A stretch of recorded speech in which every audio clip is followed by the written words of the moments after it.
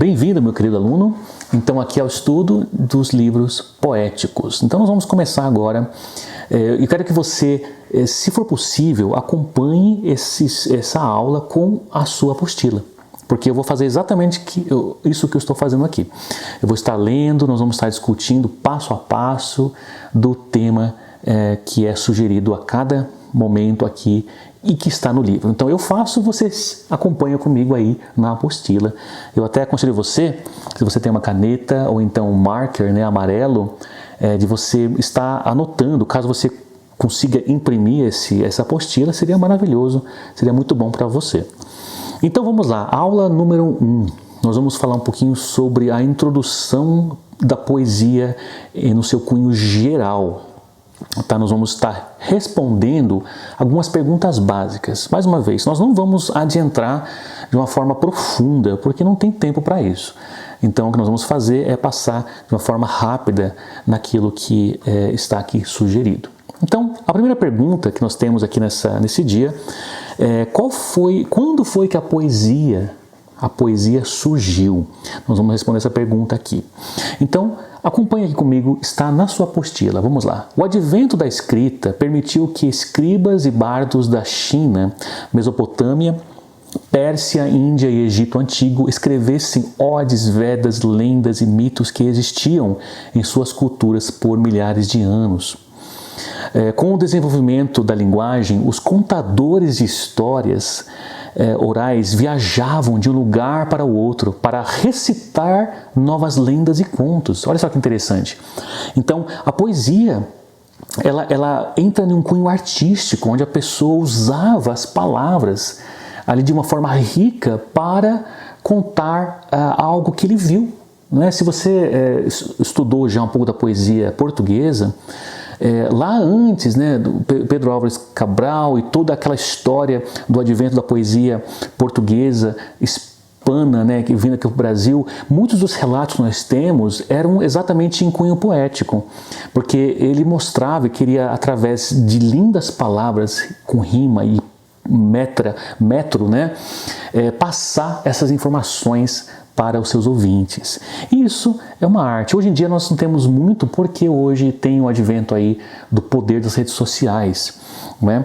Então, muito provavelmente os versos, estrofes, começaram com uma série de pausas conscientes de contadores de história orais durante suas recitações.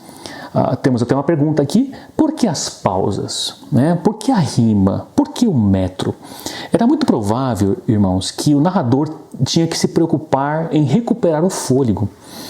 Então, você começa com um verso que termina com uma rima, vai para o segundo verso, depois vai para o terceiro verso, para o quarto, e a gente precisa respirar, como eu estou fazendo aqui agora. Se eu não respirar, não consigo falar, não é mesmo?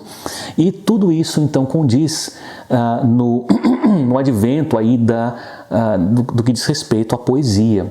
Isso lá na época muito antiga, estamos falando do início da poesia, muitos anos atrás. Eu costumo dizer, irmãos, que o português ele é neném perto das línguas da Mesopotâmia, da Pérsia, da Índia, milhares de anos atrás, antes de Cristo. Então, era já relatado isso. Vamos falar um pouquinho sobre a história da poesia. Então, a história da poesia é anterior à história da escrita.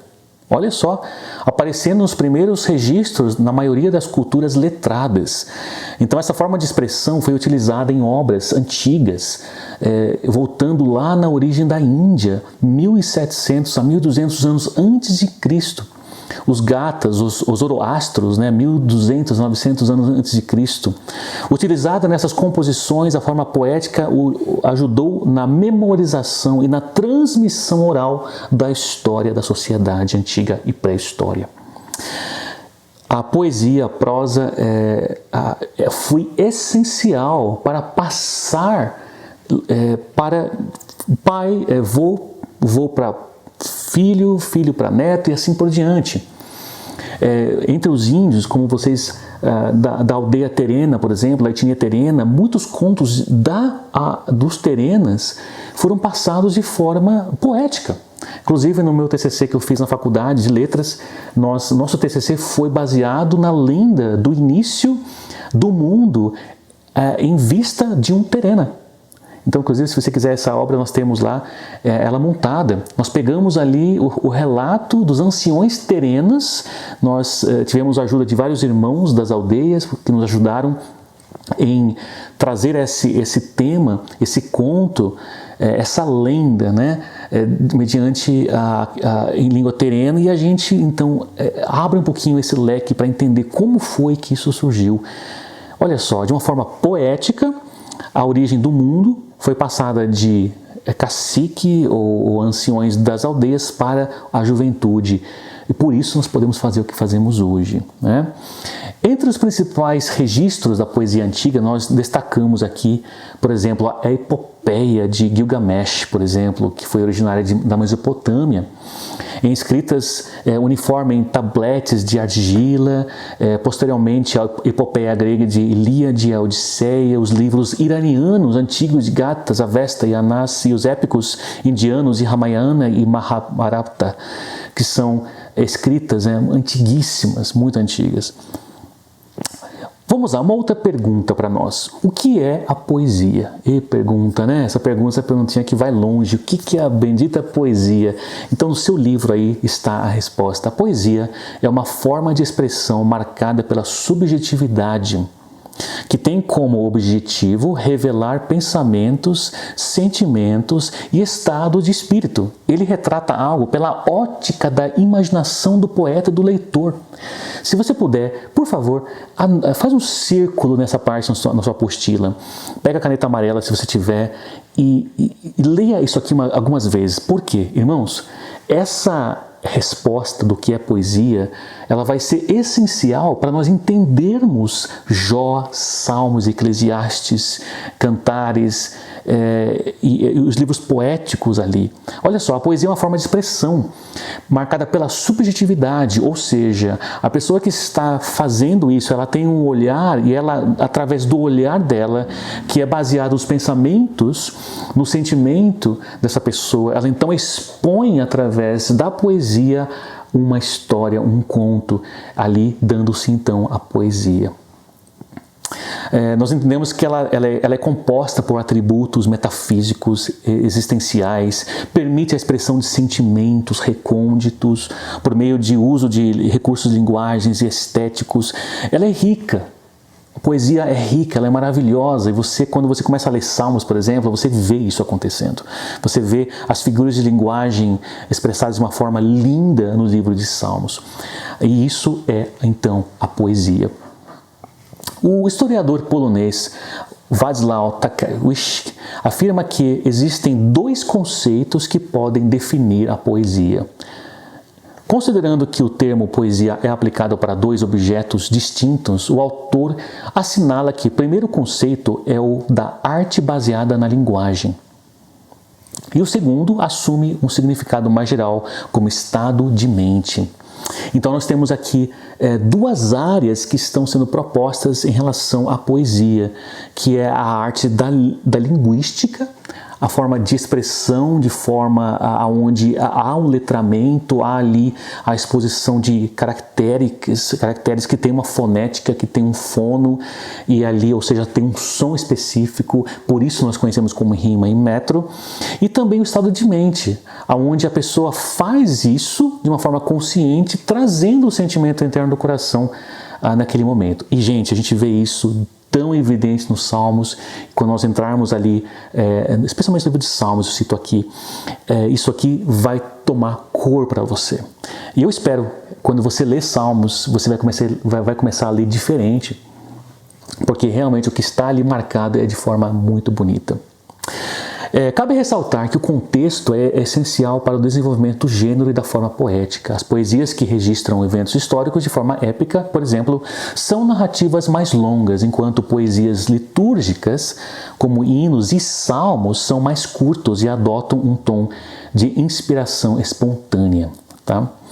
Tem uma pergunta aqui: por que a poesia? A poesia tem uma importância fundamental para a formação crítico-reflexiva do leitor. né? Ela possibilita ao homem o encontro com a cultura e reconhecimento do prazer da fantasia, da realidade circundante, além de propiciar ampla crítica dos valores vigentes da sociedade. Queridos irmãos, Deus escolheu revelar a si mesmo e seu plano de salvação, em parte através da poesia na Bíblia. Que coisa maravilhosa, não é mesmo? A gente encontra a poesia na Bíblia. Sim, está ali.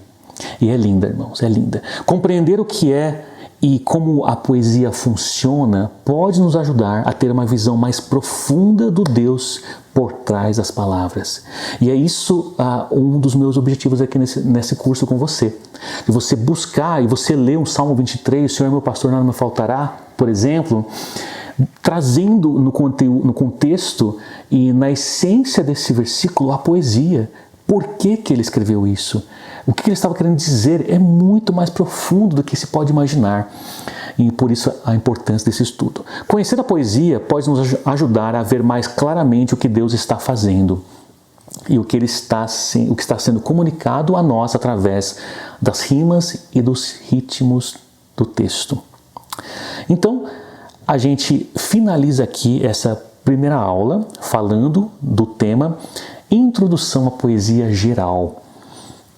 Essa aula não tem, deixa eu ver se tem aqui não, eu acho que não tem aqui uma pergunta para você, mas de qualquer forma a gente vai estar agora dando seguimento à aula número 2. Eu espero que você esteja já ansioso aí para dar entrada naquilo que está proposto. Então, o nosso segundo tema, na próxima aula, nós iremos falar sobre a base histórica da poesia bíblica ou a hebraica. Então, até daqui a pouquinho. Deus abençoe.